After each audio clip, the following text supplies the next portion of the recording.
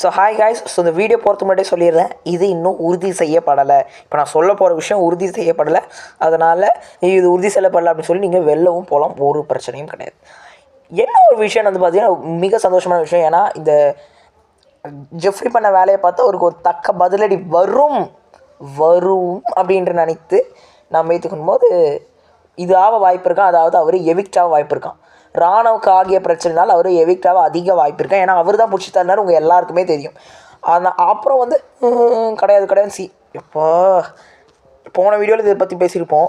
ஒருத்தன் எப்படி நடிக்கிறானோ இல்லை உண்மையாவோ அதை தூக்கி அவன் ப்ராங்க் சொன்னால் இப்போ இன்னும் நீ என்ன செத்தா போகிற அப்படின்ற ஒரு விஷயம் ரொம்ப இதாக இருந்தது. ஏன் இப்படிப்பட்ட ஒரு நாஸ்டிக்கான கேரக்டரான ஜெஃப்ரி பற்றி உங்களுக்கே தெரியும். ஃபஸ்ட்டு கோவா கேங்கில் மஞ்சரி அவங்கள பற்றிலாம் தப்பாக பேசிக்கிறோம். அதுக்கப்புறம் கோவா கேங்கில் விட்டு கோவா கேங்கே ஏற்றாரு லூசு மாதிரி. நீங்கள் மூட்டவங்க வேலை பார்த்தா கூட நாங்கள் கம்முன்னு இருந்திருப்போம். ஆனால் கோவா கேங்கே ஏற்றுக்கிறாங்க. எதுக்கு பிளான். அதுக்கப்புறம் வந்து பார்த்தீங்கன்னா இந்த டாஸ்க் வந்து பார்த்தீங்கன்னா ராணுவ தட்டு இல்லை நடிக்கிறான் கூட அஷிதாவும் சௌந்தர்யாவும் ஜிங்கு சக்குன்றாங்க. என்னவோ இப்படிப்பட்ட ஒரு கேரக்டர்லாம் இருந்தால் கஷ்டம். அதுக்கப்புறம் தான் பிக் பாஸ் சொன்னார் ராணா மொத்தமே அனிமே பண்ணுறோன்னு. உடனே 3 பேரோட மூஞ்சும் மாறிடுச்சு. கேவலமானவங்க ஒஸ்ட்டு. ஸோ இந்த விஷயத்தினால நம்ம ராணவன்ற பாருங்கள், ராணவ் வந்து உள்ளதாக இருக்க போகிறார். அடுத்த 3 வாரத்துக்கு ராணவால் ஆட முடியாது. ஆனால் ஜெஃப்ரி எவிக்டாக அதிக வாய்ப்பு இருக்குது. டியூ டு இல்லை என்னை பொறுத்தவரை எவிக்டார் அளவுக்குலாம் ஒன்றும் பண்ணல. எல்லோ கார்டு விட அதிக வாய்ப்பு இருக்குது அப்படின்னு சொல்லி எனக்கு தோணுது. எவிக்டார் அளவுக்குலாம் அந்த அளவுக்கு ஒன்றும் பண்ணல. அது வந்து ஆக்சிடென்டலாக தான் நடந்தது. இதுவே ராணவ் கொடுக்கலாமா வேணாம் சார், அது ஆக்சிடென்ட்டாக தான் நடந்தது நான் சொல்லுவார், நான் நம்புறேன். இதே பிளேயராக இருந்தால் கொடுங்க சார் அப்படின்னு சொல்லிட்டு தான் போனோம்.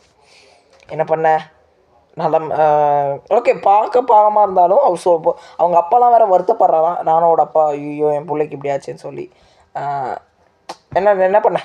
ஸோ ஜெஃப்ரி இப்படிப்பட்ட கேரக்டர் இருக்கும்போது வீட்டுக்குள்ளே இந்த மாதிரி கேரக்டர்ஸ் இருக்கும்போது ஃபஸ்ட்டு ஸோ ஜெஃப்ரி வெளில போனால் உங்களோட ஹாப்பினஸ் எவ்வளோ இருக்கும் மறந்து out of 5 stars how many happiness for you சொல்லி மாதிரி கீழே கமெண்ட் பண்ணுங்கள். அவ்வளோதான் கைஸ்.